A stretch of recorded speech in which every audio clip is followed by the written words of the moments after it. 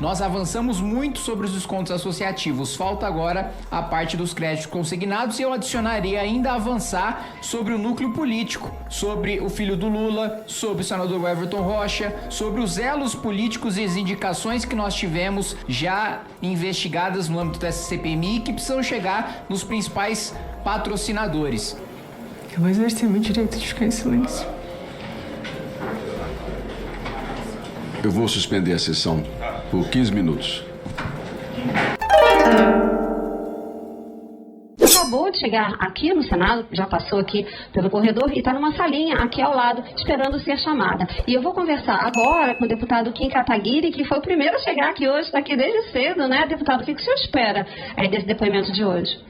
Bom, acho muito difícil ela se esquivar das acusações, mesmo porque as empresas controladas direta e indiretamente por ela já receberam repasses de 312 milhões de reais e elas operam ali numa sala minúscula em Presidente Prudente com meia dúzia de pessoas. Então eu não conheço um negócio tão eficiente como esse, que administra 312 milhões de reais com uma estrutura tão pequena, além de demonstrações públicas de riqueza incompatíveis com a sua atividade empresarial, né? Então, a Polícia Federal identificou bolsas da Chanel, Louis Vuitton, itens de luxo de mais de 100 mil reais, somando milhões de reais com todos eles, carros de luxo também, e mais do que isso, uma planilha também de pagamento de propina para operadores do esquema, inclusive o ex-presidente do INSS, o Alessandro Stefanuto, e também André Fidelis, né, ligado a Eric Fidelis, um núcleo também não só financeiro, mas político, e nessa planilha eram chamados, ironicamente, né, aqueles operadores políticos que recebiam propina de heróis, né, era o apelido que eles utilizavam para fazer repasse de propina. Então, acho muito difícil que ela, confrontada aqui com todas essas informações, consiga dar uma desculpa plausível. Acho provável que, ao final do processo, ou mesmo ao longo do processo, ela seja presa, seja por um pedido de prisão provisória, seja definitivamente na condenação transitada e julgado. Então, a expectativa é de que esse seja um depoimento bastante duro, né, de que as perguntas sejam bastante incisivas, mesmo porque, como você falou mais cedo, nós já temos acesso às quebras de sigilo dela, então assim, fica muito difícil contra-argumentar ou fazer a defesa de que era uma coisa legítima, né? O senhor espera, então, que ela fale aqui, que ela forneça alguma informação nova, relevante, apesar de que você já tem as informações, né? E se ela não falar, ela pode ser presa? Nós temos informações em relação a ela, né? Ela não pode se incriminar, mas eu não vejo nenhum problema, né, para ela ficar em silêncio em relação às acusações contra ela, porque as coisas que nós temos contra ela já são tão robustas que nada do que ela fale possa beneficiá-la. Mas, se ela se calar em relação a crimes cometidos por outras pessoas envolvidas no esquema, aí sim pode ter um pedido de prisão em flagrante por falso testemunho, por se omitir, por uma testemunha se omitir a falar em relação a determinado tema. Eu acho, pensando, digamos assim, politicamente, que há alguma esperança dela falar em relação a autoridades envolvidas, ela tendo posse de planilhas e de dados que nós ainda não temos em relação a pagamento até a eventuais políticos que tenham feito as indicações para o INSS, ela pode, digamos assim, negociar um acordo de delação ou tentar aliviar um pouco a pena da sua parte, entregando pessoas maiores envolvidas. Então, nesse sentido, eu acho que esse depoimento pode trazer coisas novas. Certo. E quais o senhor acha que devem ser os próximos passos da CPMI? Eu, pessoalmente, tenho batido há algum tempo de que o foco agora tem que ser a investigação dos núcleos políticos, né?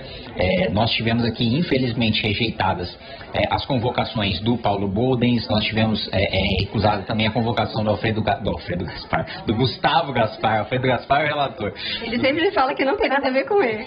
O Gustavo Gaspar, Gustavo Gaspar, que foi assessor parlamentar, que tem uma ligação com o senador Everton Rocha e que também o próprio senador, na minha avaliação, inclusive eu fiz um pedido para isso, deveria ser convocado, deveria prestar esclarecimentos, mesmo porque já vários depoimentos e várias quebras levaram a pessoas ligadas, inclusive a própria Polícia Federal já fez operação contra o senador, contra seus assessores, dizendo que eles teriam levado malas de propina para o senador. Então, eu acho que o foco tem que ser os núcleos políticos. Agora, a relação direta do filho do presidente da República, do Lulinha, que fica cada vez mais clara, né? Primeiro você teve anotações do próprio Careca de pagamentos que seriam realizados, aspas, para o filho do homem. Depois, a viagem que foi realizada para Portugal, com a presença confirmada do Lulinha. Então, na minha avaliação, o nosso foco agora nessa reta final de CPMI tem que ser de pegar os políticos envolvidos, porque é óbvio que é importante pegar os operadores, mas os operadores não fariam nada se eles não tivessem indicações políticas que fortalecessem os seus posicionamentos. Então, eu até faço uma analogia. O Careca do INSS, ele tá para esse escândalo como o Alberto Youssef estava na época da Lava Jato, né? Ele é o principal operador, ele, se fizer uma delação e disse que ele está negociando uma delação, tem a capacidade de fazer esse escândalo chegar em pessoas muito maiores. Eu espero que isso aconteça e acho que o mérito da CPMI é ter pedido a prisão do Careca quando a Polícia Federal não tinha pedido, quando o Ministério Público não tinha pedido, e essa prisão efetivamente ter acontecido. Nunca uma CPMI conseguiu prender preventivamente tão rapidamente uma pessoa tão central no esquema. Muito obrigada pela entrevista. Bom trabalho para o senhor hoje. Obrigado, para você também. Com a palavra, Kim Kataguiri, deputado. Presidente, o primeiro ponto, não existe um limbo jurídico em relação a não comparecimento de investigados na CPMI. Pelo contrário, a posição da maior parte dos ministros, inclusive o que nós tivemos nesta CPMI, foi de que você tem o direito de ficar em silêncio, tem o direito de não gerar provas como si mesmo, como determina a legislação, mas você tem o direito de comparecer. Então, acho que desmoraliza muito o trabalho do Congresso Nacional, o trabalho desta CPMI, você ter decisões de ministro Supremo que estabelecem que nem sequer comparecer eles precisam, porque senão a gente não consegue mais ouvir ninguém. Então, não precisa mais ter sessão de CPMI, a gente faz tudo um trabalho a portas fechadas, pede documentos, analisa os documentos e não questiona mais ninguém, né? Então, a gente estaria esvaziando absolutamente o poder da CPMI. Outro ponto em relação à prorrogação, eu quero concordar plenamente com Vossa Excelência. É importante que a gente faça um documento oficial com a assinatura de cada um dos parlamentares desta CPMI que querem que ela continue. Mesmo porque, como bem colocado pelo senador Marinho, nós avançamos muito sobre os descontos associativos. Falta agora a parte dos créditos consignados e eu adicionaria ainda avançar sobre o núcleo político, sobre o filho do Lula, sobre o senador Everton Rocha, sobre os elos políticos e as indicações que nós tivemos já investigadas no âmbito dessa CPMI que precisam chegar nos principais patrocinadores.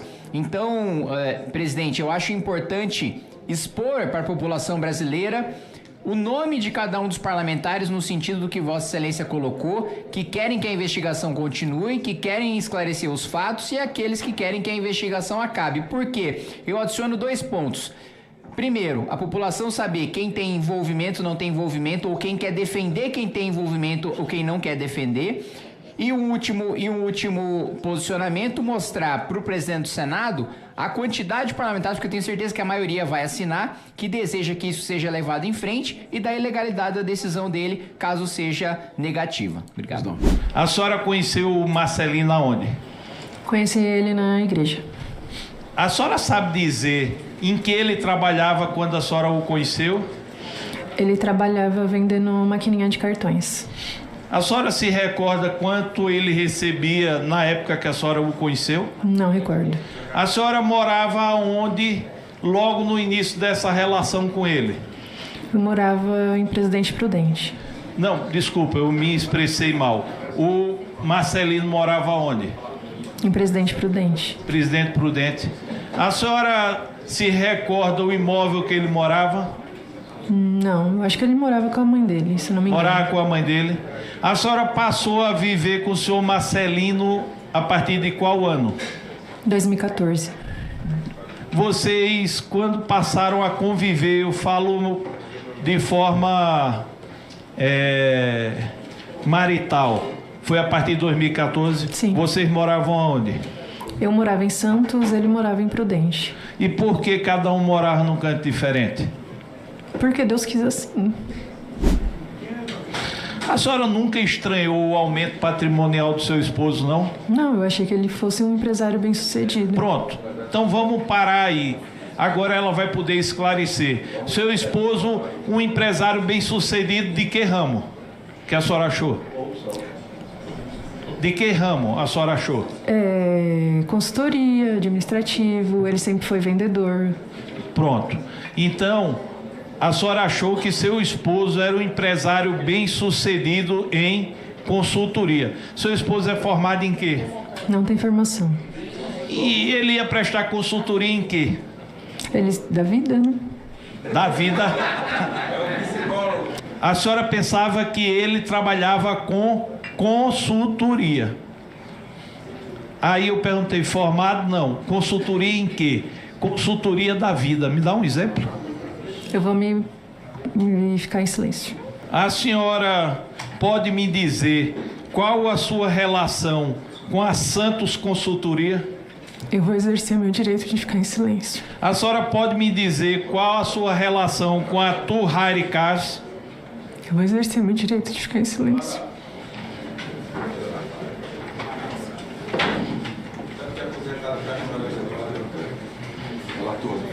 Eu vou suspender a sessão por 15 minutos.